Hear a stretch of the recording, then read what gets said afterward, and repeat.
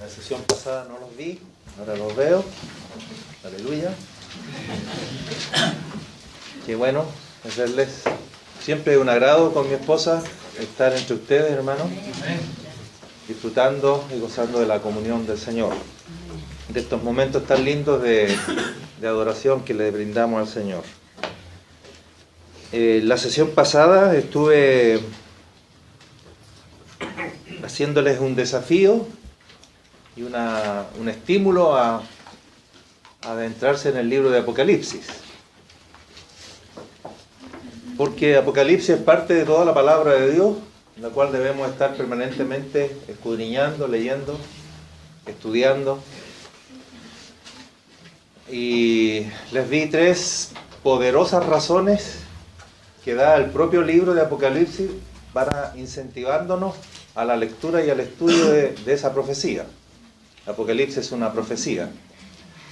Y la primera razón que les di era de que el libro contiene una bienaventuranza, ¿no? Una bienaventuranza para el que lee esa profecía, para los que oyen las palabras de esa profecía y para los que guardan las cosas que en ella están escritas. No es solo leer y oír, sino también guardar, o principalmente guardar las cosas que en ella están escritas. Esa era la primera razón, hay una bienaventuranza. La segunda razón es que el propio libro dice que esta profecía es una revelación de Jesucristo que el Padre le dio a Jesucristo para que Jesucristo manifieste a sus siervos, o sea, a nosotros, las cosas que deben suceder pronto o que van a suceder pronto.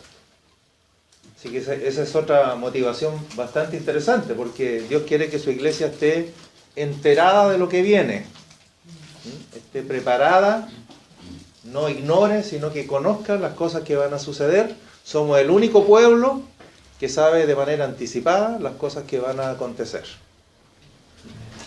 Y hay una promesa en el libro de Daniel que los impíos van a estar viviendo impíamente, pero los entendidos, refiriéndose a nosotros, los entendidos comprenderán. Así que nosotros tenemos que ser un pueblo no ignorante, sino apercibido, porque el Señor quiere que estemos enterados de lo que viene y que estemos preparados para lo que viene. Para nosotros el día del Señor no va a ser como ladrón en la noche. Gloria al Señor por eso. Amén.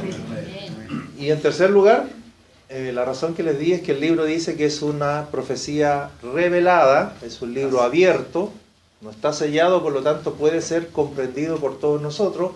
Y entonces le dice el desafío que nos hagamos el cambio de chip y dejemos de creer que Apocalipsis es un libro que no se puede entender y que por eso no lo leemos porque es muy difícil, sino que todo lo contrario, dice que es una profecía revelada, ya está interpretada, ya está dada a conocer, los sellos ya fueron rotos y por lo tanto se puede leer, se puede entender lo que allí leemos.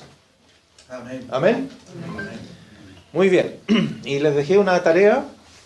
¿Cuál era la tarea? Leer desde el capítulo 6 hasta el capítulo 11. ¿Cuántos cumplieron con esa tarea? Levanten la mano. Bueno, mínimo 15, pero no importa. Ya. 2 veces, pero con revelación. Ya. No es la cantidad, sino la calidad, dice el hermano. Muy bien. Los que leyeron, ¿qué cosa leyeron al leer desde el capítulo 6 al capítulo 11? A ver. Caballos.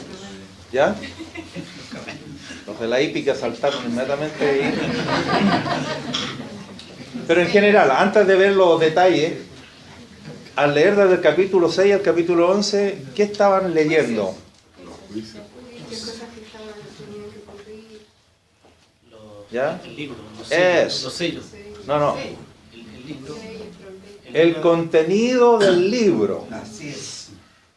El contenido del libro. Recuerdan que el que estaba sentado en el trono, en su mano derecha, tenía un libro que estaba escrito por dentro y por fuera, pero que estaba sellado con 7 sellos. Y eso de 7 sellos quería decir completamente cerrado, que no se puede ver ni leer nada de su contenido, a menos que alguien aparezca y pueda ir rompiendo esos sellos y entonces uno puede ver el contenido del libro. Y lo que ustedes leyeron desde el capítulo 6 hasta el capítulo 11 fue leer todo el contenido del libro. Todo lo que el libro contenía, todo lo que tenía escrito, eso quedó revelado. ¿Por qué? Porque el Cordero fue rompiendo los sellos del libro uno a uno y Juan fue mirando y fue escribiendo. Lo que ustedes tienen en el capítulo 6 al 11 era todo lo que el libro contenía. Aleluya, qué glorioso, ¿no? Ese libro que nadie podía mirar ni leer y que no había ninguno digno de abrirlo hasta que apareció el Cordero digno de abrir el libro, y luego Juan fue escribiendo cada cosa que vio a medida que los sellos se iban rompiendo. Entonces, ¿qué vio cuando se rompió el primer sello? Así, para hacer a grosso modo, vio aparecer un caballo blanco con su jinete, un jinete sobre ese caballo blanco, y vamos a decir así, y el caballo comenzó a correr en la historia. Recuerde que lo que contiene el libro son todos los acontecimientos desde que Cristo fue exaltado hasta que Cristo retorne. Lo que hay entre esas dos venidas, las dos venidas de Cristo, que al momento de Juan eran todos futuros, al momento que Juan estaba recibiendo eso, en el fondo era el desarrollo de toda la historia de estos 2000 años que llevamos y más, porque llega hasta la eternidad futura. Así que lo primero que vio cuando se rompió el primer sello, Juan es invitado a mirar, dice, se le ordena ven y mira, y dice y miré, y entonces escribe lo que vio cuando se rompió el primer sello. Segundo sello, ¿qué vio? Un caballo bermejo o rojo, ¿ya? Y en tercer lugar, cuando se rompió el tercer sello, un caballo negro, y cuando se abrió el cuarto sello, un caballo amarillo. Esos 4 caballos tienen un significado bastante fácil de interpretar porque lo va diciendo allí. El segundo, el caballo rojo, es, si lo tuviéramos que decir con una sola palabra, ¿representa qué cosa? Las guerras, porque al jinete dice que se le dio el poder de quitar la paz de entre los hombres y que se matasen unos a otros. Así que es fácil interpretar eso. El segundo caballo, el caballo rojo, es la guerra. El tercer caballo, color negro, también por las características que dice ahí, que ustedes ya lo leyeron, podemos decirlo con una palabra, representa el hambre. Las cosas suben de valor, dice más o menos así, parafraseando, dice el kilo de pan llega a estar el equivalente al trabajo de un obrero de un día. O sea, el trabajo de un obrero de un día solo alcanza para un kilo de pan. O sea, se fue bastante caro, ¿no? Hoy día el kilo de pan está como a 1.000 pesos, pero en este caso se elevaría como a 10.000 pesos. Imagínense. Entonces, eso trae hambre. Y el tercer caballo, o sea, el cuarto caballo, color amarillo, también se dice es fácil la interpretación porque el que lo monta es la muerte, por lo tanto el significado, y por eso cuando uno se pone pálido y medio amarillo es para asustarse porque uno piensa que la pelada no anda rondando. ¿Ya? Color de muerte, el amarillo, y representa mortandad. Donde hay discusión es en el caballo blanco. ¿Por qué hay discusión ahí? Porque el color blanco, aunque los otros 3 son negativos, son cosas malas, el primero, por ser de color blanco, uno tiende a interpretar que tiene que representar algo bueno. ¿No es cierto? Sí. Entonces ahí se han presentado 2 posibles interpretaciones. Algunos dicen que ese caballo blanco, el que monta el caballo blanco es Cristo mismo, y otros dicen que es el Evangelio, entre las posibles interpretaciones. O Cristo o el Evangelio. Pero también puede interpretarse, aun cuando es de color blanco el caballo, puede interpretarse como algo malo, si se entiende que a veces el mal viene con apariencia de bien. Es como lo que dijo Jesús por allí, son lobos pero vestidos de ovejas, o sea que en apariencia representan algo bueno pero que en el fondo igual son malos. Entonces algunos dicen, y mire qué contradictorio, mientras unos dicen que puede ser Cristo, otros dicen que es el anticristo. O sea, una interpretación completamente opuesta, que repito que aun cuando el color blanco representa algo bueno, en este caso el anticristo, se presenta como si fuese un Cristo. Y por lo tanto, el blanco sería, vamos a decir así, la apariencia o el simulacro. Y otros, entre los cuales me incluyo yo, piensan que podría representar no al anticristo, pero sí a los falsos cristos. Y yo me inclino por esa, sin negar que todas las interpretaciones pueden ser, en el caso del caballo blanco, todas pueden ser verdaderas, pueden ser correctas, y en eso tenemos que respetarnos. La interpretación sigue abierta, yo no tengo toda la luz del libro como para decirle, esta es y todas las demás son falsas, pero yo me baso en Mateo 24. En Mateo 24 hay un paralelo perfecto entre lo que Jesús dijo ahí y los sellos. Y cuando Jesús le preguntan, ¿qué señales habrá de tu venida y del fin del siglo? Él lo primero que menciona, ahí en Mateo 24, versículos 4 y 5 me parece, ¿recuerdan que es lo primero que anuncia? Y dice, mirad que nadie os engañe, porque se levantarán falsos cristos. Falsos cristos entendidos de esta manera, entendidos como aquellos que haciéndose pasar por Cristo, se ponen en el lugar de Cristo. Obviamente, sin ser Cristo. Pero un falso Cristo quiere decir que viene haciéndose creer Cristo, haciéndose pasar por Cristo sin serlo. Eso es un falso Cristo. Perdón, sí. Pero aquí la Escritura dice que se le dio una corona. Claro. Al único que se le dio una corona es al Señor Jesucristo. Dice que salió para vencer y venció. Claro, no dice así tan clarito como usted dice. Dice, salió venciendo y para vencer. Y para vencer. Claro. Sí, hermano. Amén. Bonita su interpretación. Yo también estoy abierto a que pueda hacer eso que usted dice muy bien. O sea, usted dice que es Cristo mismo, ¿no es cierto? Sí. Amén. ¿Puedo decir algo? Entonces, sí, mi hermano. No puede ser Cristo por ningún motivo. ¿Qué le parece? ¿Por qué razón? Porque son juicios futuros. Eso vino antes. En vez de son juicios, comienza recién la tribulación. Entonces Cristo no está en la tierra, no viene en la tierra. El vino ya venció y venció. Pero el anticristo viene, que es el anticristo que viene con poder a tomar el dominio del mundo. Sí. Y de ahí comienza por la guerra sucesivamente. Amén. Es anticristo, no es Cristo. No puede ser. Sí. O sea, usted dice que es el anticristo. Anticristo, sí. ¿Qué le parece? ¿Ve? No, Entonces, el anticristo se presenta como un hombre de paz. claro, Claro. con una apariencia de piedad y sin ser. Muy bien. Para que vean ustedes que hay diversidad en el caballo blanco, está la pelea, ¿no? Y todas las interpretaciones, hasta que no venga más luz, más claridad, debemos mantenerlas abiertas. Yo me mantengo abierto a todo lo que estoy escuchando de ustedes, hasta que el Señor nos vaya confirmando de mejor manera todo esto. Y mientras tanto, por ningún motivo pelearnos, seguimos siendo hermanos y escuchándonos, porque en la medida que tengamos una actitud de alumnos, de aprendices, el Señor nos va a ir revelando de mejor manera. Yo le estaba dando el único argumento que tengo, estando abierto a todas las interpretaciones, el único argumento que tengo es esto que dijo en Mateo 24.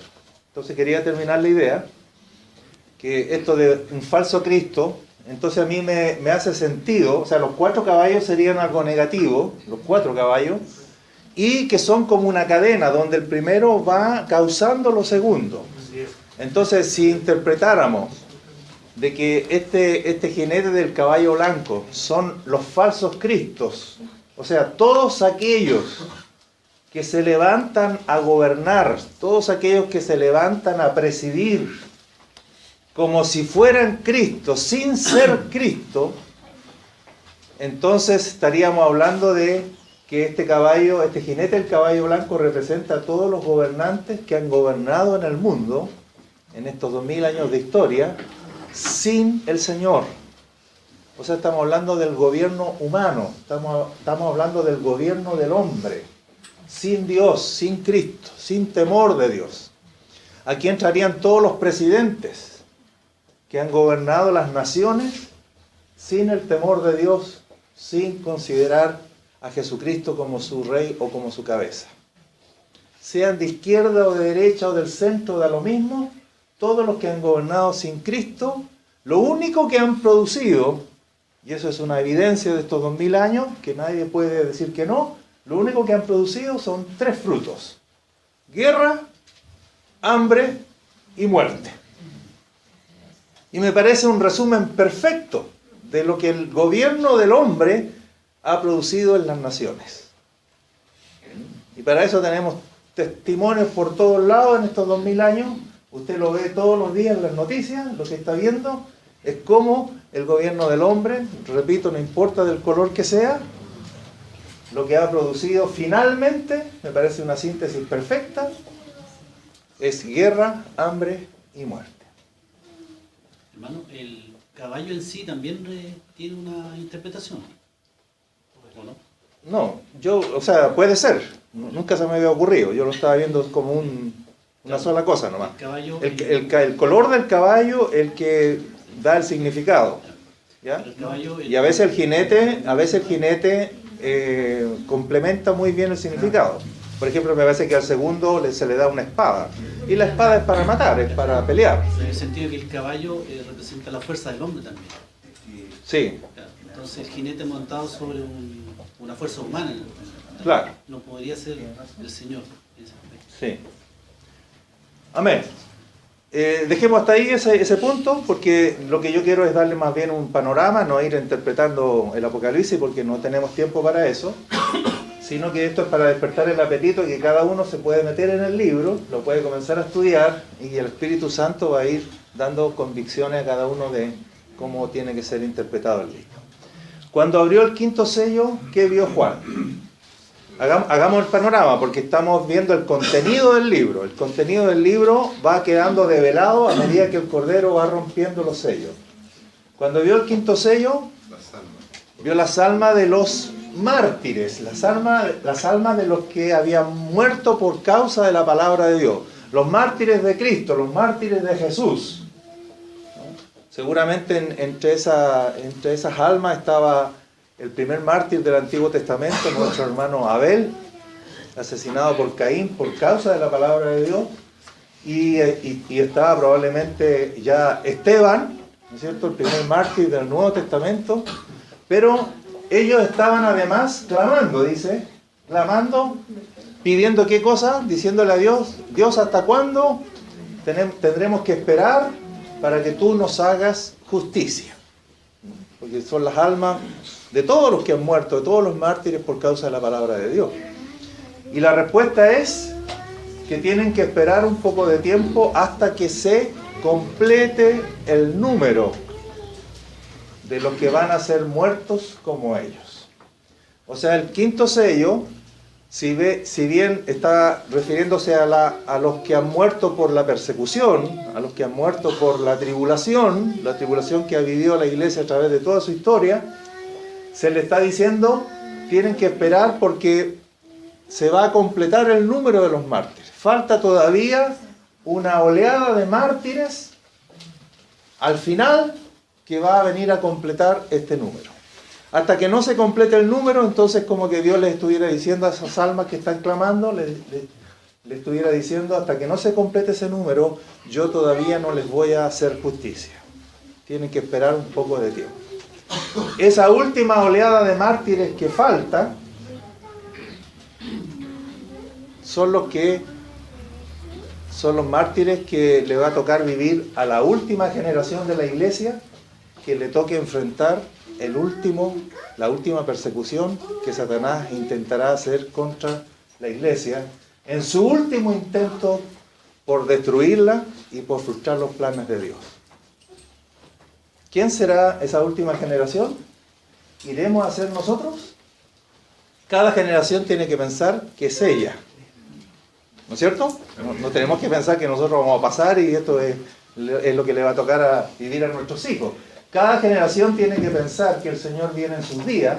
Por lo tanto, todos los que estamos aquí nos tenemos que armar del pensamiento de que nosotros somos esa generación, repito, que le va a tocar enfrentar el último ataque de Satanás donde él en su último intento tratará de frustrar y destruir los planes del Señor. Obviamente, ¿cómo le va a ir? Fracasará. Pero esto tendrá un costo para muchos creyentes que vamos a venir a completar el número de los mártires que faltan. Y hasta que ese número de los mártires se complete, el Señor no reivindicará a estos mártires de Jesucristo. Eso es el quinto sello. El primero lo dejamos sin interpretación, el segundo es guerra, hambre, muerte y ahora persecución o mártires de Cristo, el quinto sello. El sexto sello, si ustedes van al capítulo 6 de Apocalipsis, y ya lo leyeron, Juan ve cuando se abre el sexto sello una gran conmoción cósmica, ¿no? Los cielos son conmovidos, la luna, el sol, las estrellas, etc. Y yo me lo imagino así, son como los fuegos artificiales divinos, los fuegos pirotécnicos del Señor, que anuncian, ¿no? Que son como el anuncio, los fuegos pirotécnicos estos que son terribles en todo caso, hacen que todos los hombres miren hacia arriba, porque algo grande se va a anunciar. Es como que llaman la atención para que todos los hombres fijen su mirada en el cielo, porque algo tremendo viene. ¿Qué es lo que viene? Al final del sexto sello, dice el 17, el 6:17, el gran día de su ira ha llegado, ¿y quién podrá sostenerse en pie? O sea, el sexto sello anuncia recién anuncia que la ira de Dios se va a dejar sentir sobre la tierra. Por lo tanto, los sellos anteriores no son juicios. Los sellos anteriores no son la ira de Dios. Los caballos no son juicios. Los caballos son la revelación de lo que el gobierno del hombre iba a estar produciendo, pero Dios todavía no ha intervenido. Ahora sí, con el sexto sello se anuncia que Dios se va, el Cordero, mejor dicho, este mismo Cordero al cual hemos alabado hoy día, que se entregó a la cruz como un Cordero mudo, sin resistencia, sin oposición, sin rebeldía, que fue humillado y él no se defendió. Bueno, ese mismo Cordero, cuando termine el día de la gracia, cuando haya terminado el día de la salvación, este mismo Cordero se va a levantar lleno de ira y va a juzgar la tierra. El día de su ira ha llegado. Eso anuncia el sexto sello. Y lo anuncia, repito, con unos fuegos artificiales divinos que van a provocar tanto terror a los habitantes de la tierra que ellos le dicen a las peñas y a los montes: caigan sobre nosotros y escóndanos del rostro de aquel, de este Cordero manso y santo que ahora se airó. ¿Y quién podrá sostenerse en pie cuando se aire? Entonces, este evento del sexto sello, a mi modo de entender, es futuro. No se ha producido eso. Menos el séptimo. Si el sexto no se ha producido, con mayor razón, el séptimo no se ha producido. Los caballos ya están corriendo, a mi modo de ver, ya están corriendo desde ese mismo tiempo en que Juan recibió esta revelación. El caballo blanco, sea lo que sea que signifique, ya comenzó a correr. El segundo caballo ya está corriendo, el tercer caballo lo mismo y el cuarto caballo exactamente lo mismo. No quiere decir que cuando aparece el segundo caballo el primero deja de correr, sino están simultáneamente después corriendo en la historia. Por eso usted toma la historia de cualquier país y va a encontrar que los gobernantes de ese país, si usted revisa la historia de ellos, lo que han producido es guerras, hambre y muerte. Todo en forma paralela, todo corriendo al mismo tiempo. Muy bien, y entonces cuando llegamos al séptimo sello, capítulo 8, ¿qué es lo que vio Juan ahora? Haciendo un resumen muy rápido de los sellos, ¿qué es lo que ve cuando se abre el séptimo sello? En primer lugar, se hizo silencio en el cielo como por media hora. Parece que la vez pasada lo expliqué eso. ¿Por qué? Porque obviamente si se abre el último sello, entonces todo el contenido del libro va a quedar descubierto. O sea, se podrá saber todo lo que el libro contenía. Mientras quedara un sello sin abrirse, todavía faltaba algo que no se podía ver ni leer. Pero cuando se abre el séptimo sello, entonces ahora sí se conocerá todo el contenido del libro. La figura es muy clara. Eso trata de decir el séptimo sello. Por eso hubo una expectación tan grande que todo el mundo se quedó en silencio como por media hora diciendo, ahora se va a saber todo. No quedará nada en el misterio. Todo habrá quedado revelado y develado. ¿Qué es lo que vio cuando se abrió el séptimo sello? El 8.2, ¿alguien lo puede leer? Y vio a los 7 ángeles que estaban en pie ante Dios, y se les dieron 7 trompetas. Muy bien. ¿Qué es lo que vio entonces cuando se abre el séptimo sello? Recuerden, Juan está con su lápiz y su cuaderno para anotar. Y cuando se abre el séptimo sello dice, y vi a 7 ángeles que estaban delante del trono de Dios, a los cuales se les dieron 7 trompetas. Conclusión, ¿qué es el séptimo sello? ¿Qué es el séptimo sello? ¿Cuál es la película que se abre con el séptimo sello? Las 7 trompetas. Entonces, es fácil inferir o concluir de que el séptimo sello son las 7 trompetas. O sea, el séptimo sello contiene las 7 trompetas. Por lo tanto, hasta que no suenen las 7 trompetas, el séptimo sello no habrá terminado. O sea, si sonó la primera trompeta, ¿el séptimo sello quedó terminado? No. Si sonó la quinta trompeta, ¿el séptimo sello está terminado? No. Hasta que no suene la última trompeta, entonces recién habrá terminado el séptimo sello. El séptimo sello contiene las 7 trompetas y no termina el séptimo sello hasta que no termine la última trompeta. ¿Qué son las 7 trompetas? Ahora sí que son los juicios de Dios. Los juicios de Dios o la ira del Cordero es lo que las 7 trompetas van a manifestar.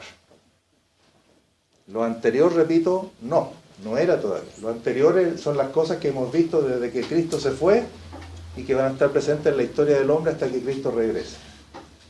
Pero esto de las trompetas es completamente futuro.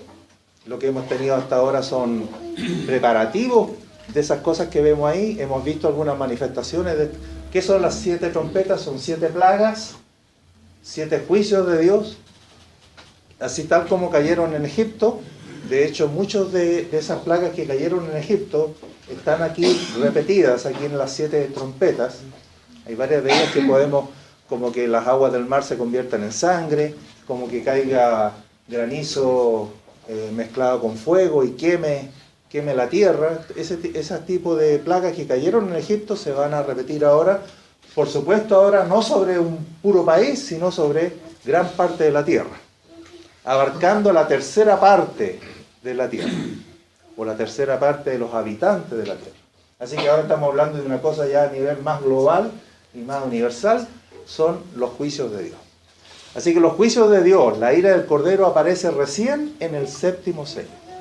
O sea, todo lo que contenía el libro, estos acontecimientos que iban a recorrer estos 2000 años de historia hasta el final de la historia, tenían que ver culminan con el momento en que Dios se para a juzgar la tierra. Y eso está en las 7 trompetas. ¿Ya? Rápidamente, porque no tenemos tiempo, yo quiero llegar al final para ver si realmente podemos decir esto que estamos afirmando, de que con la séptima trompeta termina el séptimo sello, y ahora sí, por eso que yo les hice leer del 6 al 11, porque en el 11 está la séptima trompeta, si verdaderamente ahí quedó todo lo que contenía el libro, quedó realmente develado. A ver si estamos interpretando bien. Rápidamente, la primera plaga, cuando se tocó la primera trompeta, ¿cayó sobre qué? ¿Sobre qué parte cayó? Del mundo, de la creación.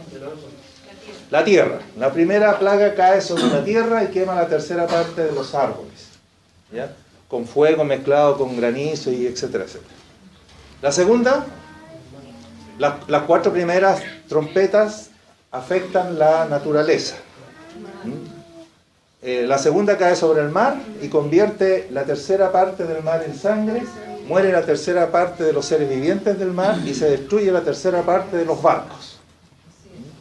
O sea, un cataclismo bastante grande donde el objetivo fue el mar. tercera plaga o tercera trompeta, los ríos y las fuentes de las aguas son contaminadas por un ángel que se llama ajenjo, representando, el ajenjo es súper amargo, no sé si ustedes han tomado agüita de ajenjo, pero que lo que trata de decir es que estas aguas, la tercera parte de los ríos y de las aguas se contaminaron y mucha gente murió por envenenamiento de las aguas. Mientras no te ponga amarillo. No, felizmente está rojo, así que vamos bien.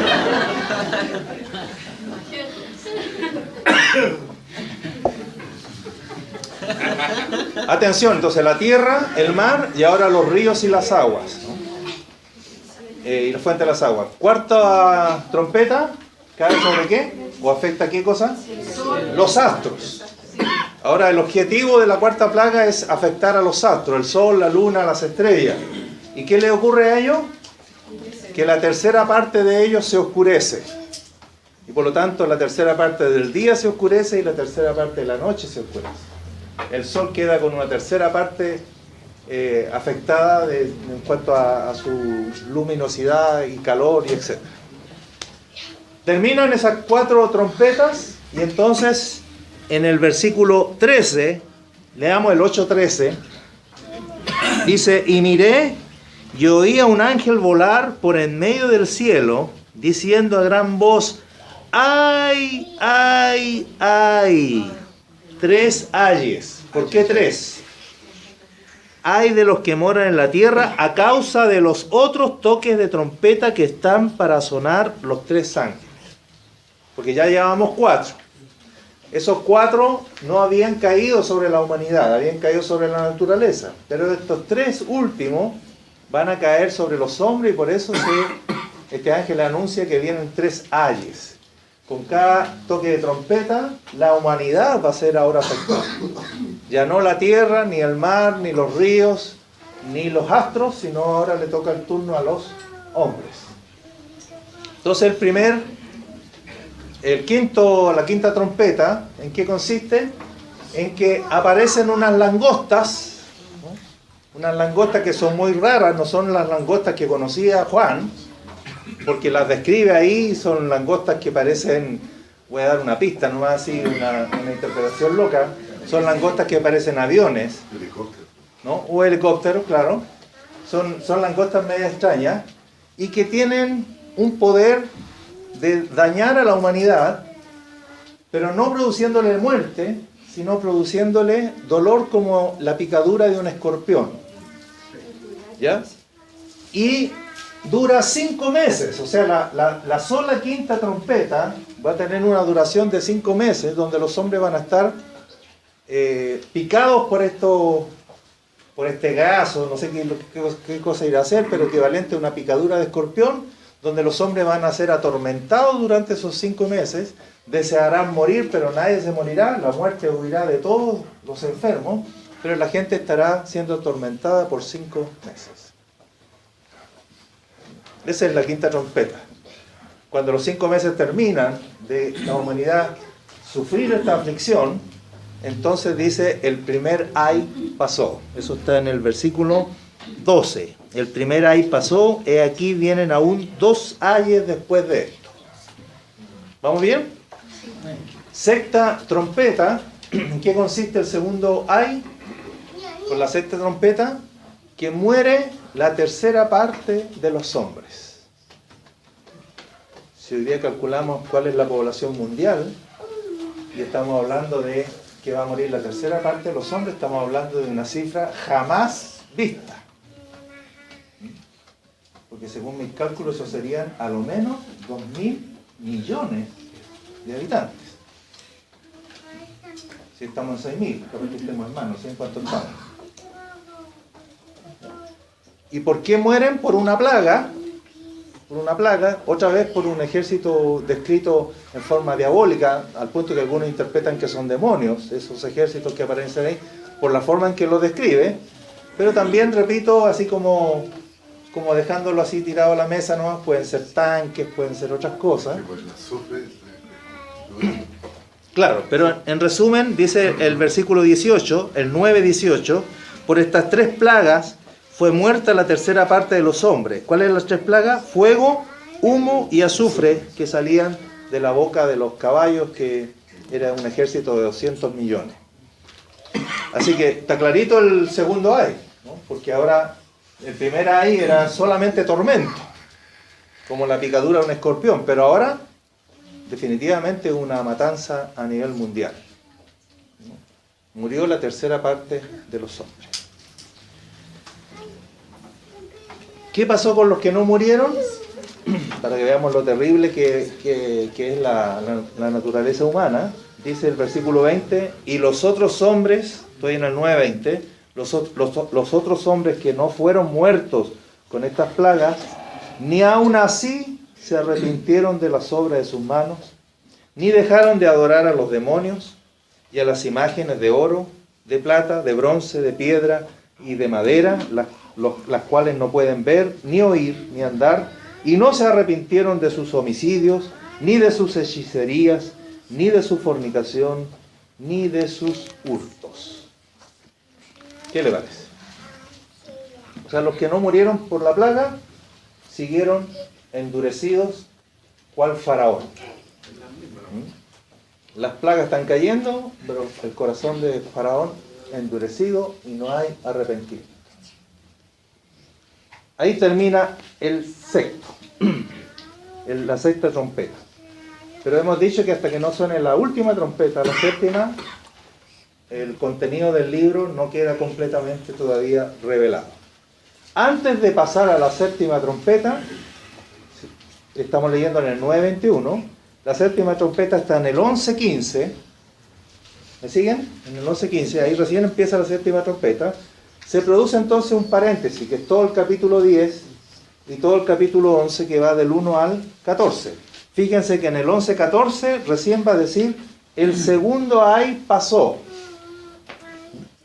Y aquí el tercer ay viene pronto. ¿Ya? O sea, la sexta trompeta terminó recién en el 11:14. Está este como paréntesis que está comprendido en la sexta trompeta. Quiero que leamos el 10 porque el capítulo 10 nos va a dar entonces la señal o la confirmación de si estamos interpretando bien. ¿Qué cosas nos tenemos que confirmar con la visión del capítulo 10? Si es verdad que cuando suene la última trompeta, todo el misterio de Dios va a quedar revelado. Todo lo que contenía el libro ya va a quedar entonces dado a conocer y ya no quedará nada más del libro, ninguna cosa más quedará oculta.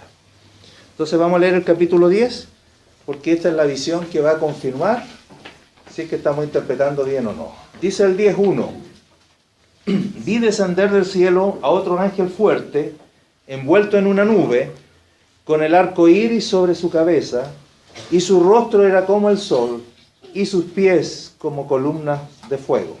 Es un ángel que tiene varias características. ¿De quién? Del Señor Jesucristo. Así que ahí lo dejamos abierto a la interpretación, o es Cristo mismo manifestado como un ángel, por eso tiene las características de Cristo, o bien, acuérdense de que a Juan, esta revelación de Cristo no se la dio a conocer directamente a Juan, sino dice por medio de su ángel. Así que este puede ser el ángel de Jesús. Y como el ángel de Jesús tiene algunas características de Jesús. Puede ser. Dice, esto es lo que interesa, el 2. Tenía en su mano un librito, y al Espíritu Santo quiso que se pusiera, que este librito, ¿cómo está? Un librito abierto. Este ángel tiene en su mano un librito abierto. El del capítulo 5 era un librito sellado con 7 sellos. Pero ahora este ángel baja con un librito abierto. Y puso este ángel su pie derecho sobre el mar y el izquierdo sobre la tierra. Es un ángel chiquitito, como ustedes pueden ver, ¿no? Una patita en el mar y otra patita en la tierra, ¿no? Imagínense el porte del ángel. Y clamó a gran voz este ángel. Clamó a gran voz como ruge un león. Y cuando hubo clamado, 7 truenos emitieron sus voces. Él clama y 7 truenos hablan. Y Juanito ahí con su lápiz y su cuaderno iba a anotar y nos dejó con cuello a todos nosotros. ¿Por qué? ¿Qué pasó? Cuando él iba a anotar, dice, cuando los 7 truenos hubieron emitido sus voces, yo iba a escribir, pero oí una voz del cielo que me decía, sella las cosas que los 7 truenos han dicho y no las escribas. Es lo único del contenido del libro que no quedó escrito. Juan lo escuchó y se llevó el secreto a la tumba. Y hasta donde yo sé, ni a la esposa le contó.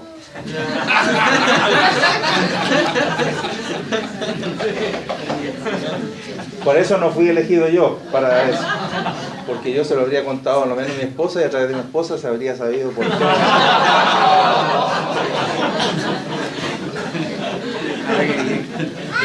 No, porque uno siempre tiene un amigo y le cuenta al puro amigo, pero como el otro también tiene un amigo y al final ustedes saben que todo se sabe. Juanito se llevó a la tumba lo que dijeron los 7 truenos y es lo único que quedó pendiente, de lo cual nosotros estamos ignorantes. Sigamos, versículo 5. Y el ángel que vi en pie sobre el mar y sobre la tierra, levantó su mano al cielo y juró por el que vive por los siglos de los siglos, que creó el cielo y las cosas que están en él, y la tierra y las cosas que están en ella, y el mar y las cosas que están en él. ¿Qué es lo que juró? Que el tiempo no sería más. ¿Cuándo? ¿Cuándo va a ser esto? Que el tiempo no sería más. Fíjense ahora lo que viene. Sino que en los días de la voz del 7º ángel, noten la expresión, los días de la voz, quiere decir que cada trompeta es un periodo de tiempo. Aquí vuelve a confirmar eso. En los días de la voz del 7º ángel, cuando él comience a tocar la trompeta, el misterio de Dios se consumará como él lo anunció a sus siervos los profetas. ¿Qué tiempo el que no sería más entonces? Esto está ocurriendo en la 6ª trompeta, pero este ángel está anunciando lo que va a pasar cuando suene la última trompeta. ¿Me siguen? Eso es lo que estamos viendo ahí. Él está parado en la 6ª trompeta, pero es una visión para anticipar lo que va a ocurrir cuando suene la última trompeta, la 7ª. ¿Qué es lo que va a ocurrir? Cuando suene la 7ª trompeta, el tiempo no va a ser más. No sé si tienen otra versión que lo diga de otra manera. Aquí dice el tiempo no sería más, pero ¿hay otra versión que lo diga de otra manera? ¿Ya no habrá más demora? ¿Ya? Ya no habrá más demora. O sea, no habrá más espera. ¿Ya?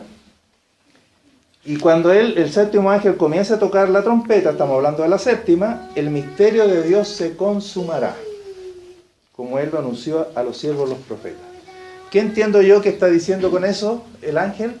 Está diciendo que cuando suene la última trompeta, todo lo que los profetas habían anunciado, todo habrá quedado cumplido. O sea, no quedará ninguna profecía pendiente.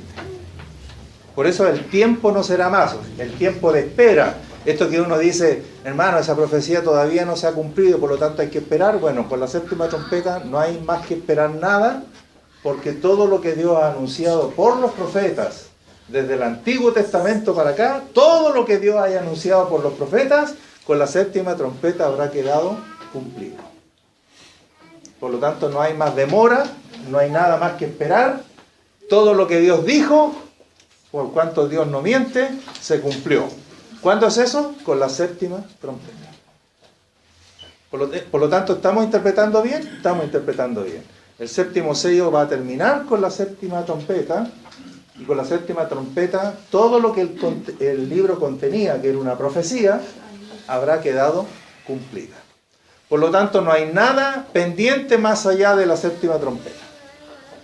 Voy a decirlo así. El Apocalipsis queda terminado con la 7ª trompeta. Y eso va a ocurrir en el capítulo 11. Entonces quedamos con un pequeño problema que tenemos que resolver la próxima vez que nos veamos. Y es que nos sobraron 11 capítulos. El Apocalipsis se nos terminó en el 11 y el Apocalipsis tiene 22 capítulos. Tenemos que ver qué hacemos con los otros 11 capítulos del 12 al 22. ¿Ya?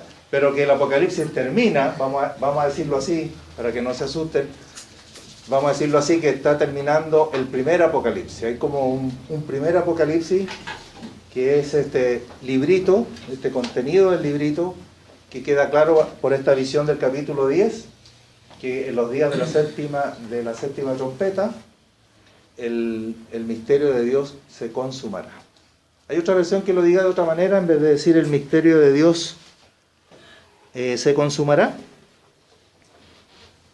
como Él lo anunció a sus siervos los profetas. ¿Cómo dice su Biblia inspirada, esposa mía? Dice, es casi lo mismo, dice, cuando el séptimo ángel toque su trompeta, el misterioso plan de Dios se cumplirá. Sucederá tal como Él lo anunció a sus siervos. Ya, pero está bonito, el plan de Dios se cumplirá. O sea, el plan de Dios habrá quedado cumplido. Por lo tanto, la séptima trompeta, que termina el séptimo sello, es el final de todo. Es el fin de todo. Más allá de la séptima trompeta no hay nada. Porque con la séptima trompeta termina el séptimo sello, y con el séptimo sello todo el contenido del libro queda al descubierto. ¿Está bien? Parece que estamos interpretando bien. Muy bien. Otra cosita que confirma lo que estamos diciendo, y con esto voy a responder la pregunta: ¿qué hay entonces a partir del capítulo 12? ¿De qué trata el 12, 13, 14, 15, 16, 17, 16? Si con la séptima trompeta termina todo. Entonces, terminemos la escena del capítulo 10, que nos va a explicar qué es lo que hay entonces después a partir del 12. A partir de la séptima trompeta, ¿qué es lo que encontramos en Apocalipsis? Dice el versículo 8. La voz que oí del cielo habló otra vez conmigo. ¿Cuál voz es esta? La misma que le dijo: no escribas lo que dijeron los 7 truenos. No es la voz del ángel, sino la otra voz que le dijo: lo que dijeron los truenos no lo escribas. Esa misma voz vuelve a hablar con él por segunda vez y le dijo: ve y toma, a Juan le está dando la orden, y toma el librito que está abierto, se vuelve a reiterar que es un librito abierto, en la mano del ángel que está en pie sobre el mar y sobre la tierra. Entonces le dice: anda a donde el ángel, acércate a él, y toma el librito que está abierto en la mano del ángel. Y dice el 9, y fui al ángel diciéndole que me diese el librito. Y él me dijo: toma, pero no solo tómalo, sino cómelo. Él pensaba que solamente iba a tomarlo, pero el ángel le dice: no, tómalo, pero cómelo. Y te amargará el vientre, pero en tu boca será dulce como la miel. Entonces tomé el librito de la mano del ángel y lo comí. Y efectivamente era dulce en mi boca como la miel, pero cuando lo hube comido, amargó mi vientre. Y aquí viene la orden, y él me dijo, el ángel que está hablando con Juan, le dijo: es necesario que profetices otra vez sobre muchos pueblos, naciones, lenguas y reyes.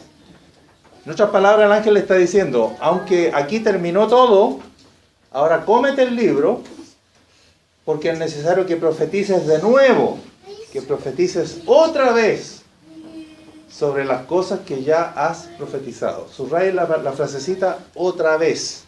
En otras versiones dice de nuevo, profetizar de nuevo. O sea, lo que vamos a tener a partir del capítulo 12 en adelante, después de la séptima trompeta, ¿qué cosas son? Profetizando de nuevo sobre las mismas cosas que ya profetizó, reiterándolas, profundizándolas, desarrollándolas. Pero no van más allá de la séptima trompeta, ¿se fijan? Es como que va a volver a hacerlo, pero para dar más detalles, para explicar mejor las cosas, porque fíjense que el contenido del libro es lo que leímos del 6 al 11. Y quedaron cosas en el aire, ¿no? Quedaron muchas cosas en el aire en esa primera profetizada que hizo Juan. Entonces, como el Espíritu Santo sabe que lo que ya se reveló quedó con muchos detalles en el aire, en la segunda parte, del 12 al 22, él va a volver a profetizar sobre las mismas cosas, pero revelando muchos más detalles, profundizando cosas, ampliándolas, desarrollándolas y reiterándolas. Entonces, por eso dije yo, en el 11 termina el primer Apocalipsis, pero a partir del 12 tenemos como un segundo Apocalipsis sobre las mismas cosas, pero con muchos más detalles. Esto no es una cosa rara en la Escritura, porque ustedes saben que tenemos 4 evangelios. Y uno dice, ¿para qué necesitamos 4 evangelios de lo mismo? Pero resulta que un evangelio dice lo que el otro no dice. Y un evangelio da detalles que el otro no lo da. Y entonces necesitamos los 4, porque cuando tenemos los 4 evangelios tenemos el cuadro completo. Así que no es raro que tengamos aquí 2 apocalipsis dentro del mismo apocalipsis, porque necesitamos, o el Espíritu Santo encontró necesario, reiterar o repetir cosas dando detalles que no se dan en la primera parte. Pasa con Deuteronomio también. Claro, Deuteronomio la segunda ley, o sea, volver a entregar la misma ley que ya estaba contenida en los primeros libros, volver a entregársela al pueblo. Amén. Así que, si el librito abierto fuese el mismo librito que en el capítulo 5 estaba sellado, la figura es más clara todavía.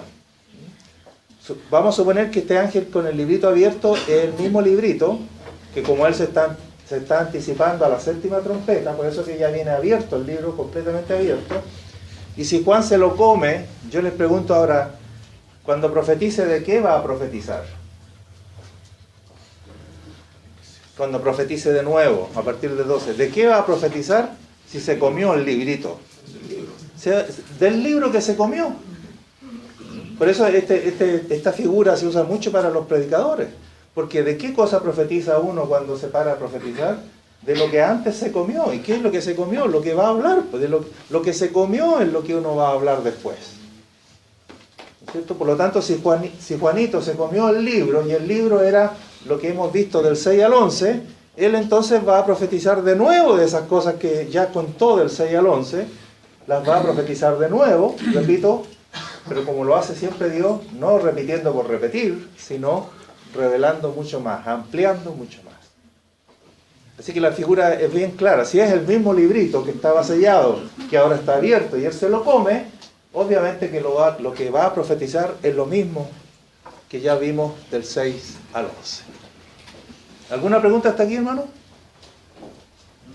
Este es simplemente un panorama para abrirle el apetito a ustedes, porque el desafío es que tú te metas en Apocalipsis a leerlo, a estudiarlo, solo, con otros, o juntos, como iglesia, como sea, para que el Espíritu Santo vaya dándonos convicciones personales. Sí, mi hermano. Pregunta bien, con toda humildad, ¿no? Hay diferencia entre el alma de capital, capítulo 5, capítulo 6, ¿cierto? Verso 5, el quinto sello, y capítulo 4, 5, y de arriba una multitud que cantan, un cántico nuevo, un canto adorable, de redimidos arriba, antes de ellos. No. ¿No? De 24 ancianos arriba, ¿cierto? Que Ah. toda la iglesia y la... Los 24 ancianos. Sí, sí. Claro. Claro. Sí. O sea, antes de los sellos, por supuesto. Claro, pero ahí... Durante la tribulación. Sí, lo que hay que determinar ahí es si tanto esos 4 seres vivientes como esos 24 ancianos son criaturas celestiales. Sí, sí, pero son seres espirituales que forman parte de la corte celestial, o son qué cosa. ¿Y lo que estaba ahí quién estaba entonces? No, si son ellos, los 24 ancianos son los que cantan. Tanta gente que había, tanta gente, millones, millones. No, esos son ángeles. Los que cantan son ángeles. ¿Podemos leerlo? ¿Podemos leerlo? Sí, pues sí, son ángeles. Y eso lo vimos la vez pasada, hermano. Capítulo 5, versículo 8. Cuando hubo tomado el libro, los 4 seres vivientes y los 24 ancianos se postraron delante del Cordero. Todos tenían arpa y copas de oro llenas de incienso, que son las oraciones de los santos. Y cantaban un nuevo cántico diciendo: digno eres de tomar el libro y de abrir su sello. ¿Ese cántico se refiere, hermano? El otro. Entonces el otro es... ¿Cuál? Verso 9. El verso 9. Sí, pues cantaban un nuevo cántico, eso. Ese cántico lo cantan los 4 seres vivientes y los 24 ancianos. Verso 10. Verso 10. Y nos has hecho para nuestro Dios. Sí, pero están cantando los 24 ancianos. No una multitud. Solo están cantando ellos, en representación de los redimidos. Por eso dice, y nos has hecho reyes y sacerdotes. Sigamos leyendo. 11. El 11, ahora son los ángeles. Y miré y oí la voz de muchos ángeles alrededor del trono. Y su número era millones y millones, que decían a gran voz, el cordero que fue inmolado. No hay ninguna multitud en el capítulo 5 cantando delante de Dios. Y esos cuatro seres vivientes decían amén. Sí, pero no hay ninguna multitud ahí todavía. Pero Recién la multitud aparece en el capítulo 7. dice que ningún ángel ha sido redimido por Dios. Ningún ángel. Claro. Son seres humanos. No, el cántico de redención lo cantan los 24 ancianos. Los ángeles, sí, pero son 24 nomás, y la pregunta era esa. O sea, simbólicamente no representa a nadie. Sí, claro, representan a los redimidos. Los 24 ancianos representan a los ¿Pero redimidos. quién son los 24? ¿Mm? ¿Quién son los 24 ancianos? Eso es lo que no sabemos. Eso es lo que yo no sé, por lo menos. Pero sé que representan a los redimidos. Amén. ¿Alguna pregunta, hermanos? ¿De lo dicho hasta aquí? ¿Capítulo 7 lo saltamos hoy día o lo va a comentar? Sí, lo saltamos, porque eso está dentro de los sellos, ¿no es cierto? Pero en la próxima podríamos quizás decir algo. Pero hasta aquí me interesa la comprensión global de lo que estamos diciendo. ¿Vamos bien hasta aquí? Ya. Entonces, a modo de ejemplo, fíjense que en los capítulos 6 al 11 que ustedes leyeron, por ejemplo, ¿por qué necesita ampliar el apóstol Juan en la segunda parte? ¿Por qué necesita profetizar de nuevo? Porque, por ejemplo, ¿qué salió de la bestia entre los capítulos 6 al 11? ¿Salió algo de la bestia? Sí salió. En el capítulo 11, que estamos en el sexto sello, en la sexta trompeta, estoy diciendo mal, en el capítulo 11, versículo 7, ¿alguien lo puede leer? Cuando hayan acabado su testimonio, la bestia que sube del abismo hará guerra contra ellos y los vencerá y los matará. Ya, fíjense que eso es todo lo que aparece de la bestia en el primer Apocalipsis, del capítulo 1 al 11. Todo lo que aparece de la bestia, este versículo que dice, hablando de los dos testigos, dice, cuando hayan acabado su testimonio, los dos testigos, la bestia que sube del abismo hará guerra contra ellos y los vencerá y los matará.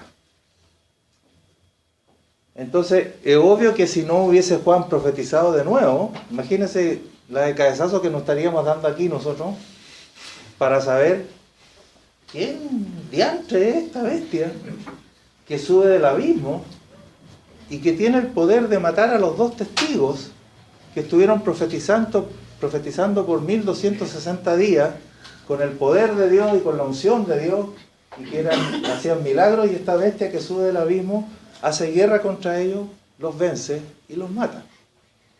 Entonces, si no hubiese Juan profetizado de nuevo, nosotros nos habríamos quedado con el tremendo, porque eso es todo lo que aparece de la bestia en la primera parte. En cambio, cuando entremos en la segunda, capítulo 12 en adelante, le va a dedicar 3 capítulos al tema de la bestia y las bestias en general, porque son 3. Capítulo 12, capítulo 13 y capítulo 17. Entonces, gloria al Señor que tuvimos un segundo Apocalipsis. Gloria al Señor que Juan pudo profetizar de nuevo, porque ese tema de la bestia, por ejemplo, que aquí solo está insinuada en un versículo, va a ser desarrollada ampliamente en la segunda parte. ¿Ok?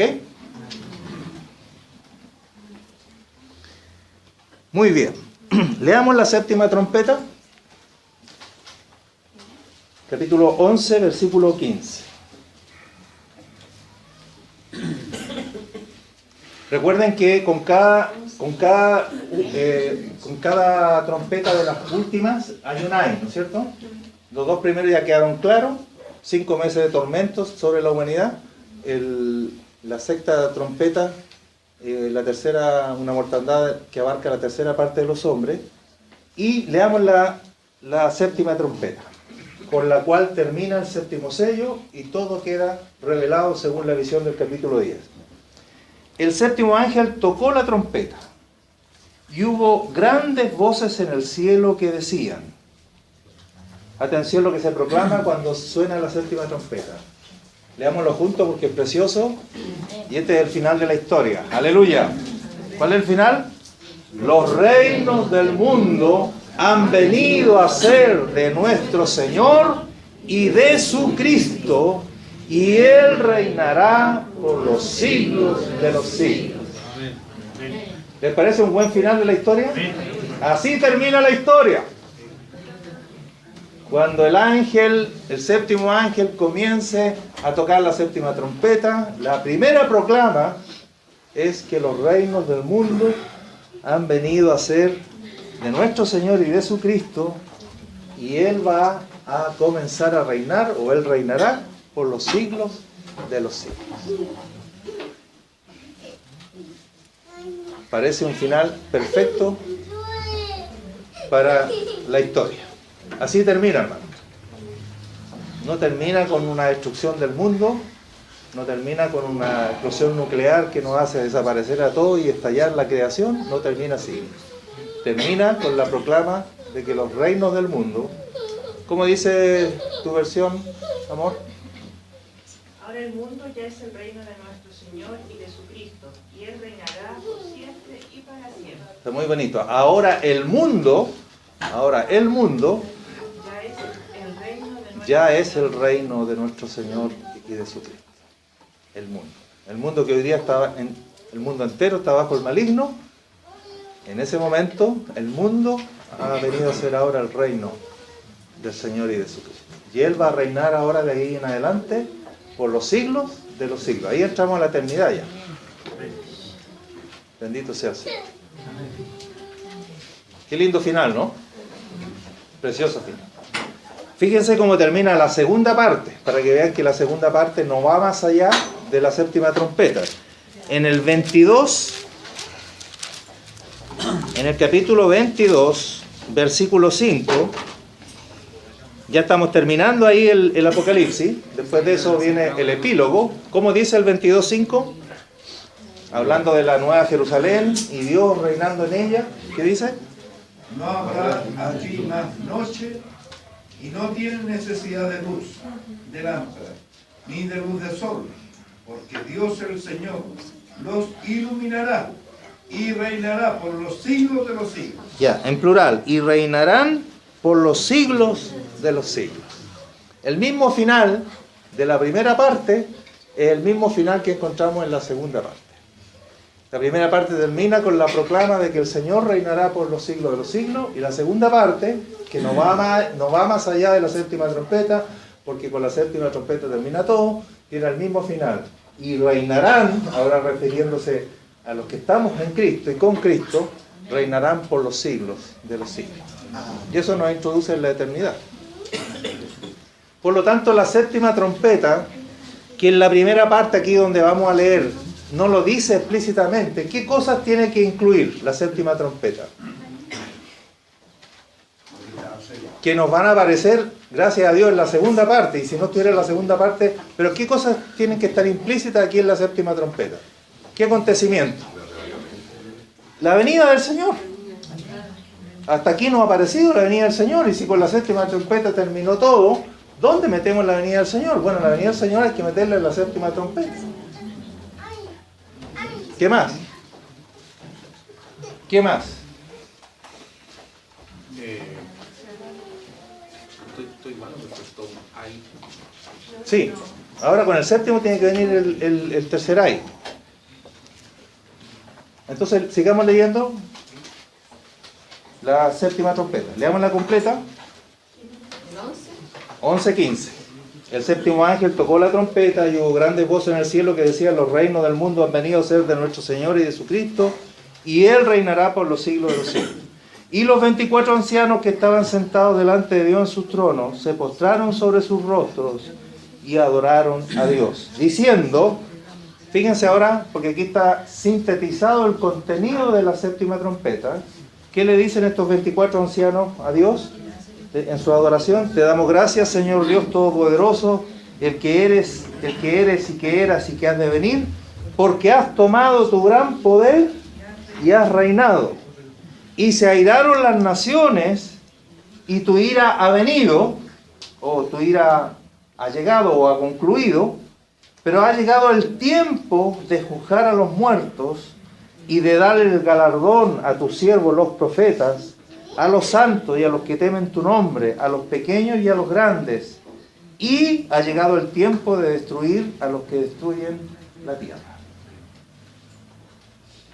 Aquí está dicho entonces todo lo que contiene la séptima trompeta en una síntesis que no desarrolla nada, ¿no? Que solo son como títulos, son como enunciados de cosas tremendas que si no estuvieran en la segunda parte no sabríamos a qué se refiere. Entonces quiero atender lo que dice el hermano. ¿Y dónde está el tercer ay? No hay ningún versículo que diga el tercer ay pasó. Así que el que lo encuentra, hay $1 millón de recompensa para el que lo encuentra.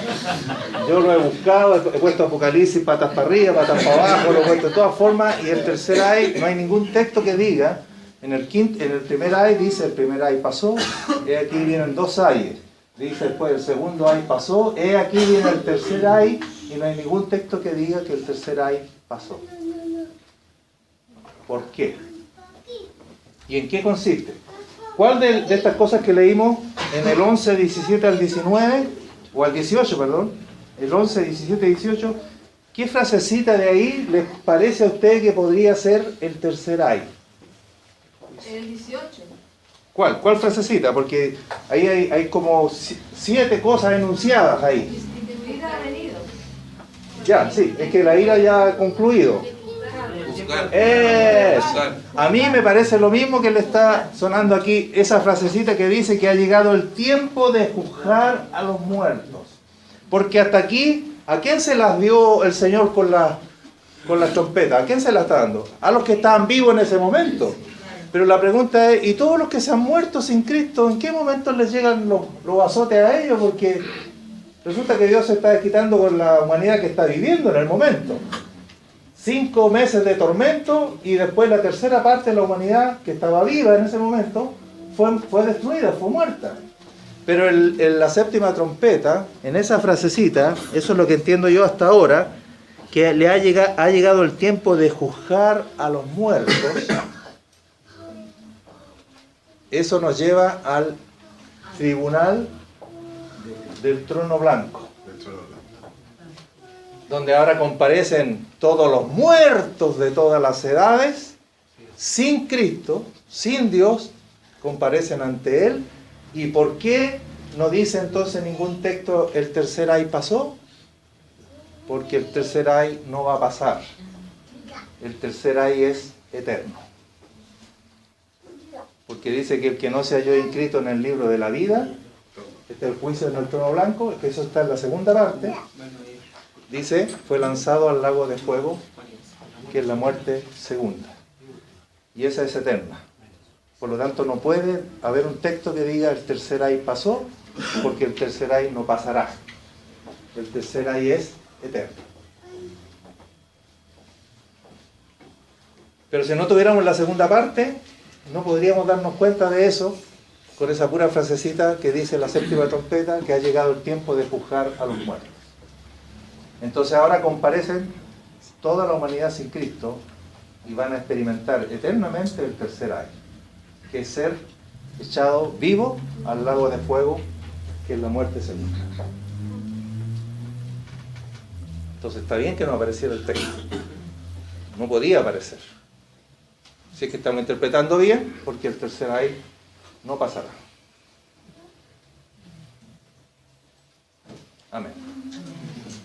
¿Alguna pregunta? Lo que yo, volviendo al principio, y le doy gracias al Señor por lo de hoy día, que aclara tantas cosas, Señor, que es bueno. Pero yo había escuchado estas 3 versiones y me quedé con una del caballo blanco. ¿Por qué? Porque es referente al Evangelio. El Evangelio, desde que salió a través del Señor, salió para vencer. O sea, nadie lo ha podido destruir. Sí. Nadie ha podido destruir la Biblia. Ha intentado quemarla. Sí. Hemos visto a través de 2000 años, 1500 años el catolicismo la escondió, la guardó, la aplastó y no pudo. Entonces, a través de 2000 años ha acompañado toda la historia de la humanidad. Sí. El Evangelio ha estado en diferentes países. y ha acompañado esta historia destructora del hombre. Sí. Y yo me quedé con eso, o sea, tenía las tres que usted dijo. Sí.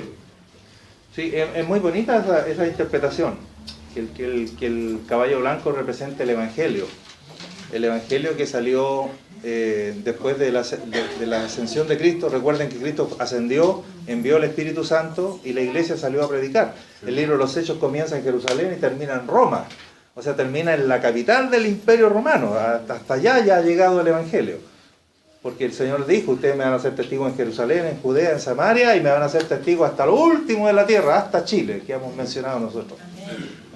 Hasta Tierra del Fuego, hasta lo último de la tierra.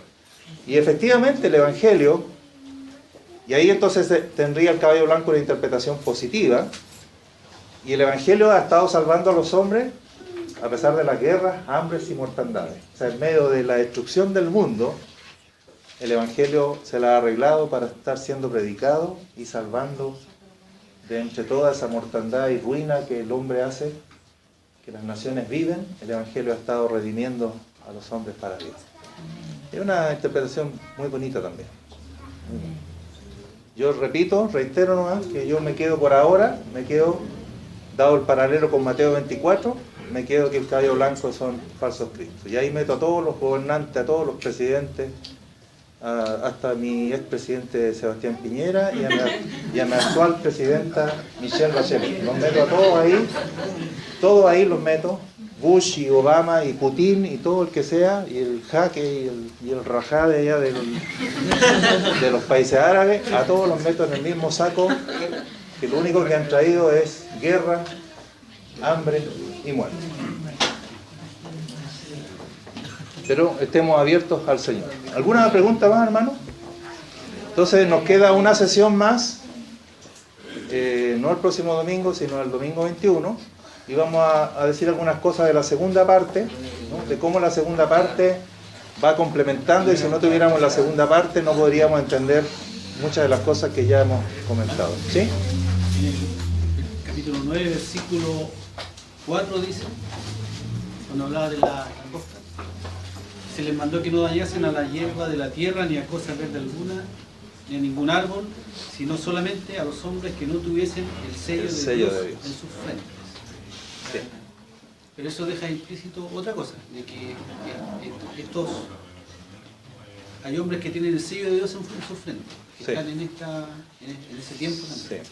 Interesante lo que dice el hermano, ese versículo es muy clave, el 9:4, porque el tema de los sellados está en el 7. En el 7 se habla de 144.000 sellados, y esos sellados, cuando está sonando la quinta trompeta, están aquí en la tierra. Entonces, dependiendo de cómo interpretemos los 144.000, con este dato, como esos sellados están aquí durante la quinta trompeta, si esos 144.000 representaran a los creyentes, querría decir que nosotros vamos a estar aquí para los juicios de Dios. Todavía los creyentes vamos a estar aquí, pero guardados. Vamos a estar aquí, pero sellados. Porque por supuesto las cartas dicen, Pablo es muy claro para decir que el Señor nos libra de la ira venidera. La pregunta es, ¿cómo nos libra? No estamos poniendo en duda que Dios nos libra, pero ¿cómo nos libra? ¿Haciéndonos escapar de los juicios o guardándonos en los juicios? Claro, bueno, pero por eso, pero están las dos alternativas. Escúcheme, hermano, ¿cómo fue guardado Israel en las plagas de Egipto? ¿Cómo fue guardado Israel en las plagas de Egipto? ¿Saliendo de las plagas o siendo guardado en las plagas? ¿Cómo fue guardado Noé del diluvio? ¿Saliendo del diluvio o en el diluvio? En el diluvio. Pero antes de Noé, Enoc fue levantado, no de muerte. Claro. Antes del diluvio, antes del juicio. Por eso, la pregunta es, pero Noé también es del Señor y fue guardado en el juicio. Noé es judío. Y Enoc también. Enoc fue levantado por Dios por su muerte. Tipo la iglesia, el pueblo judío. Sí, mi hermano. El pueblo israelí será bajo la observación. Pero dice Enoc, pero antes. Sí, mi hermano, sí, entiendo la interpretación esa y la conozco. No, bueno, amén. Amén, mi hermano. Entonces, se fijan, dependiendo cómo vayamos a interpretar los 144.000, entonces sabremos. Ahora, si alguien no quiere estar para la quinta trompeta, Entonces, interprete que los 144.000 son judíos y por lo tanto no tiene nada que ver con los creyentes, ¿ya? Ahora, si usted quiere participar de la quinta trompeta, quiere estar aquí pero guardado, usted entonces puede interpretar. Pero eso requiere meternos al tema de los 140. Pero es muy bueno tu dato, porque mi profesor de escatología que yo tuve, como ese versículo, porque los 144.000 son sellados antes de que comiencen los juicios, entonces alguien podría haber interpretado que ellos escaparon de los juicios. Entonces el 9.4 mi profesor le echaba a perder toda su explicación y ¿sabes lo que terminó haciendo? Sacando el versículo y dijo: este versículo está mal ubicado. Y lo sacó de ahí y lo puso, ya no me acuerdo dónde lo puso, porque le echaba a perder toda la interpretación. Pero ese es un dato interesante. Los sellados están, a lo menos en la quinta trompeta, todavía están aquí en la tierra. Queda por definir si esos 144.000 son el Israel espiritual de Dios o son del Israel natural de Dios. Claro que yo entendía los 144.000 que eran los de la casa de Israel. Solo hay una referencia. Sí. Eso es lo que entendí yo. Claro. Y la parte de nosotros, que es por el lado que son los salvados, lavados por la sangre del Cordero, que sabemos que es una multitud que están vestidos de blanco, que también aparece un poquito. Claro. Que ahí yo dije, ellos son los salvados por el pueblo de Dios, que fue elegido por él en el estudio del Cordero. Sí. Y los vestidos de blanco somos nosotros, los claro. unidos por la sangre. Bueno, buen punto también, porque si no somos los 144.000, la pregunta es, ¿quiénes son la segunda multitud que está unida a la otra? Y que de esa multitud, que nadie podía contar, que de todo pueblo, raza, lengua, etcétera, etcétera, dice, el anciano le pregunta a Juan, ¿quiénes son estos y de dónde han venido? Le dice, bueno, estos son los que han salido de la gran tribulación. O sea, si se quiere escapar de los 144.000, va a caer en esta otra, y al decir que ha salido de la gran tribulación, quiere decir que pasaron por esta última persecución que les digo yo, que Satanás va a levantar contra la iglesia. Por lo demás, hermano, la iglesia ha sufrido siempre tribulación a través de toda esa historia, porque alguien me decía, hermano, ¿y por qué no es injusto eso que a nosotros nos vaya a tocar? No, pues lo injusto es que a nosotros no nos toque nada, pues. Cuando a todos les ha tocado, lo injusto sería que nosotros, que hemos nacido en cuna de oro, espiritualmente hablando, que lo que más nos ocurre a nosotros es que nos resfriamos de vez en cuando. Eso sería injusto, que nosotros la saquemos tan barata, por hermano. Si los hijos de Dios han padecido, pregúntele a los 12 apóstoles, a Esteban, a todos los siervos de Dios que han visto aflicciones tremendas. Rodrigo daba en su clase de Apocalipsis una cifra. ¿Cuántos creyentes fueron muertos por el Imperio Romano? Desde Juan, contando 200 años después de Juan. 200 años después de Juan. 1 millón de cristianos fueron asesinados por el Imperio Romano.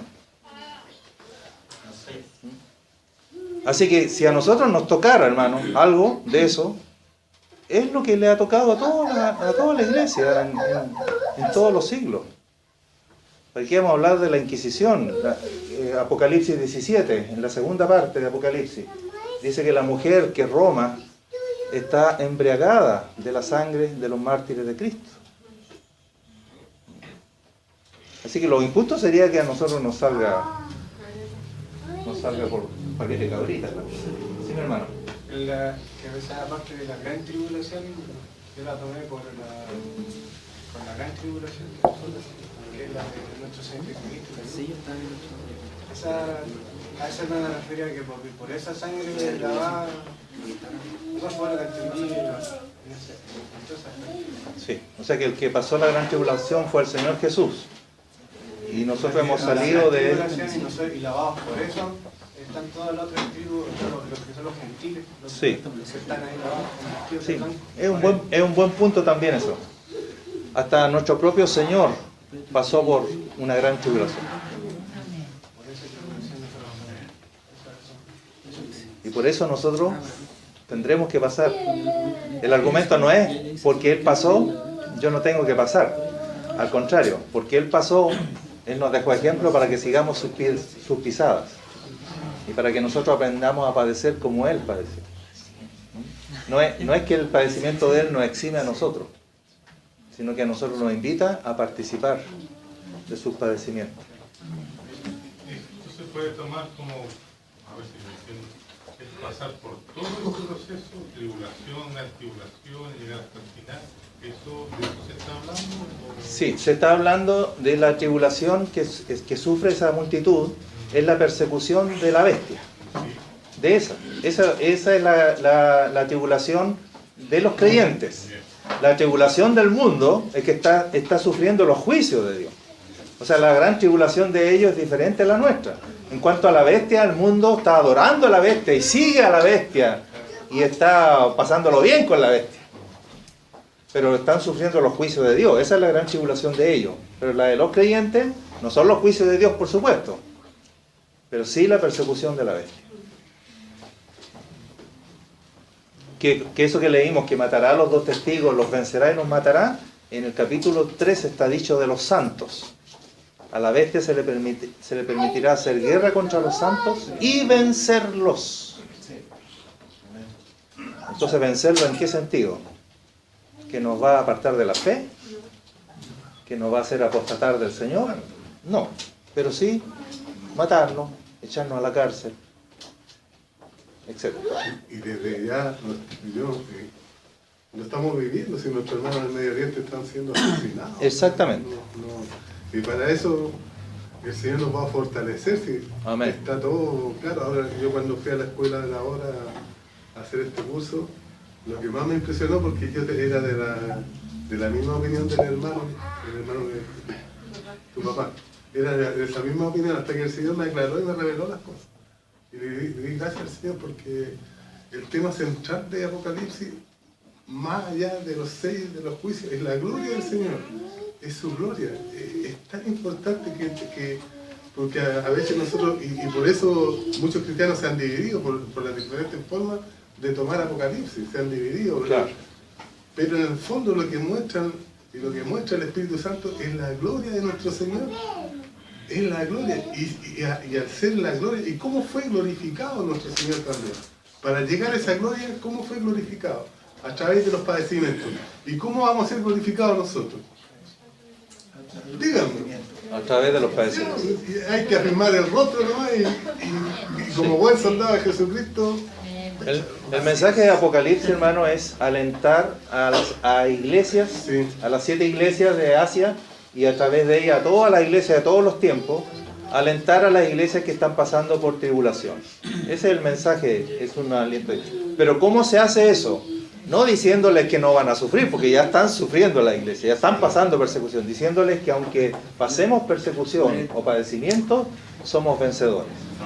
Por eso aparecen estas multitudes que salen de la gran tribulación, pero que están vencedores, que tuvieron victoria sobre la bestia, dice en el 15, vencieron a la bestia y vencieron su marca y el número de su nombre y todo eso. Vencedores. La adoraron todos los que no estaban inscritos en el libro de la vida. Por lo tanto, todos los que están inscritos en el libro de la vida no la adoraron. Amén. Amén. Y esa es la idea. La idea es consolar a una iglesia, fortalecer a una iglesia sufriente, que a través de la historia, imagínense cuánto alivio ha traído el libro de Apocalipsis a la iglesia sufriente, a la iglesia perseguida en Rusia, a la iglesia perseguida en China. Hoy día mismo a la iglesia, a los creyentes que están en los países musulmanes. Lo que pasa es que aquí en Chile nosotros estamos en una burbuja, por hermano.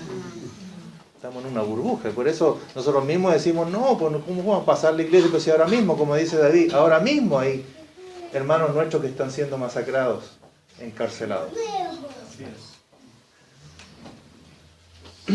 No sé si voy a decir algo. Díganos. ¿Ya? Pero aquí todos los hermanos dicen y escriben, Cristo viene. ¿Cómo podría entenderse y descifrarse ese lenguaje? Si la mayoría están diciendo Maranatha, Cristo viene, ¿cómo usted podría entonces interpretar esto que se habla, que se dice, que se espera? Si en el fondo, no sé hasta qué punto habría que la iglesia se introduciría en todo esto... Acontecimiento. Claro. Entonces, ¿cómo se podría manejar el tema de esto que se dice, que se repite, que se escribe, Maranatha, sí, bien? ¿cómo usted podría más o menos Sí, porque hablarnos acerca de esto? es como dice David, tenemos que ir a lo esencial. ¿Y qué es lo fundamental de todas las verdades escatológicas? Que el Señor viene. Y en ese punto, gracias al Señor, no tenemos discusión. Con ningún hermano tenemos discusión en ese punto. O sea, la verdad absoluta y fundamental es que Jesucristo regresará por segunda vez. ¿Cómo, cuándo y dónde? Eso está abierto. Unos dicen así, otros dicen de esta manera, otros dicen de esta otra manera. Mientras no llegue más luz, porque a medida que nos acerquemos más al acontecimiento fundamental, que es que Cristo viene, va a venir más luz y va a haber más claridad. Imagínense que el día de mañana se construyera el templo judío. Sería una cosa interesante, ¿no es cierto? Y dice, chuta. Había muchos que decían que no, que el templo judío no se va a volver a construir. Supongamos que se construyera. Y empezaron a ocurrir cosas que nos vayan dando pistas mucho más claras como para entender mejor lo que estamos leyendo. Bueno, ahí va a venir más luz y va a haber más claridad y convicción. Mientras tanto proclamamos lo inconfundible, irrefutable, que no se puede negar y que es la verdad absoluta. Cristo viene. No estamos diciendo esta noche, no estamos diciendo mañana, no estamos diciendo en 5 años más, no estamos diciendo en 50 años más, porque no lo podemos decir. Pero estamos proclamando la verdad, que es la que verdaderamente importa. Si yo no creo en el arrebatamiento, bueno, ahí lo veremos. Ahí lo veremos. Y si la iglesia no pasa por la gran tribulación, bueno, si me preguntan a mí, mejor, pues para mí, si ustedes me preguntan si yo quiero sufrir, no, yo no quiero sufrir ni una cosita, lo menos posible, máximo resfriado nomás. Pero si no, bueno, aleluya, ahí lo sabremos. Ahora, hermano Rubén, esa proclama Cristo viene, hace obligadamente que la iglesia se santifique para el Señor.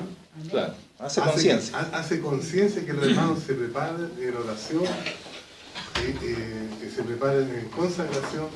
Esa verdad es tan importante que el Espíritu Santo deja que la proclamen sus redimidos, no por proclamarlos, sino porque saber y entender que los hermanos en Tesalónica proclamaban esa verdad hace 2000 años, sí, que Cristo venía. ¿Cuánto nos queda a nosotros si los 15 años que pueden pasar, donde si el Señor quiere o no quiere, ese es el Señor, meternos en la gran tribulación, es el Señor, pero puede ser que al final o al medio el Señor va a venir igual, va a venir por su iglesia. Amén. Pero esa esperanza tan bendita de que el Señor viene, de que 15 años, como dice el tango, el tiempo no es nada, sí, va a venir y va a venir. Pero es bendita ese programa Maranata, porque hace estar en una iglesia despierta. Sí. Y no dormir. Sí. No hay que caer en la tentación de poner fechas, porque ese es un intento de... Inmediatamente va destinado al fracaso.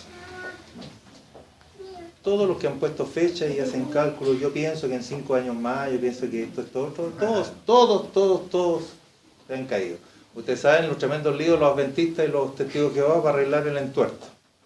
¿Ah? Que le pusieron fecha y después tuvieron que espiritualizar la fecha y arreglarla de alguna manera, porque si no quedan las cosas. Amén, hermano. ¿Sí, hermano? Yo no sé realmente cuál sea la interpretación, tengo la misma que usted, pero no me cierro a las otras interpretaciones. No hay que cerrarse a ninguna. Sí, pero lo importante es que a mí lo que me tiene más temor es que si pasa la interpretación que comparto con usted, es que no tengamos la fe suficiente para que pasemos esas cosas y las verdamos. Lo importante de todo esto es realmente si uno en ese momento tenga la fe para pasar por esas cosas y no apartarse del Señor. Ajá. Y no nos pase lo que Pedro o nos pase otra situación. Y cada uno sabe qué cosas tiene miedo. Yo sinceramente voy a hablar una cosa fuerte. Yo le tengo miedo a que me violaran. Pero a los demás no le tengo miedo. O que dañaran a alguien que es muy preciado para mí, como mi novia. Le puede hacer algo parecido. Y eso me apartará del Señor. Yo creo que todos nosotros tenemos alguna cosa. Lo importante es que si llegáramos a pasar, porque quizás no nos toque a nosotros esta generación, pero si nos llegara a tocar, si tenemos la fe suficiente para soportar esa situación y no apartarnos del Señor.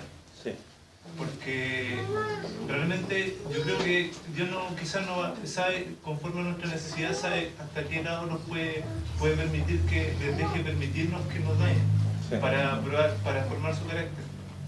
Pero lo importante es tener ese temor de no perder la fe y saber que ante cualquier situación pasa eso. Yo sinceramente no soy nadie ando pegado con un Pokémon Go. Yeah.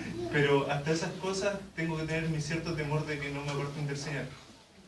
Amén. Entonces, en ese sentido, ese es el llamado que nos hace el libro, a que no nos apartemos del Señor ante cualquier situación, y porque Dios, después, toda la gloria venidera que vendrá después será mucho mayor a las cosas que están en este momento. Estoy para presente.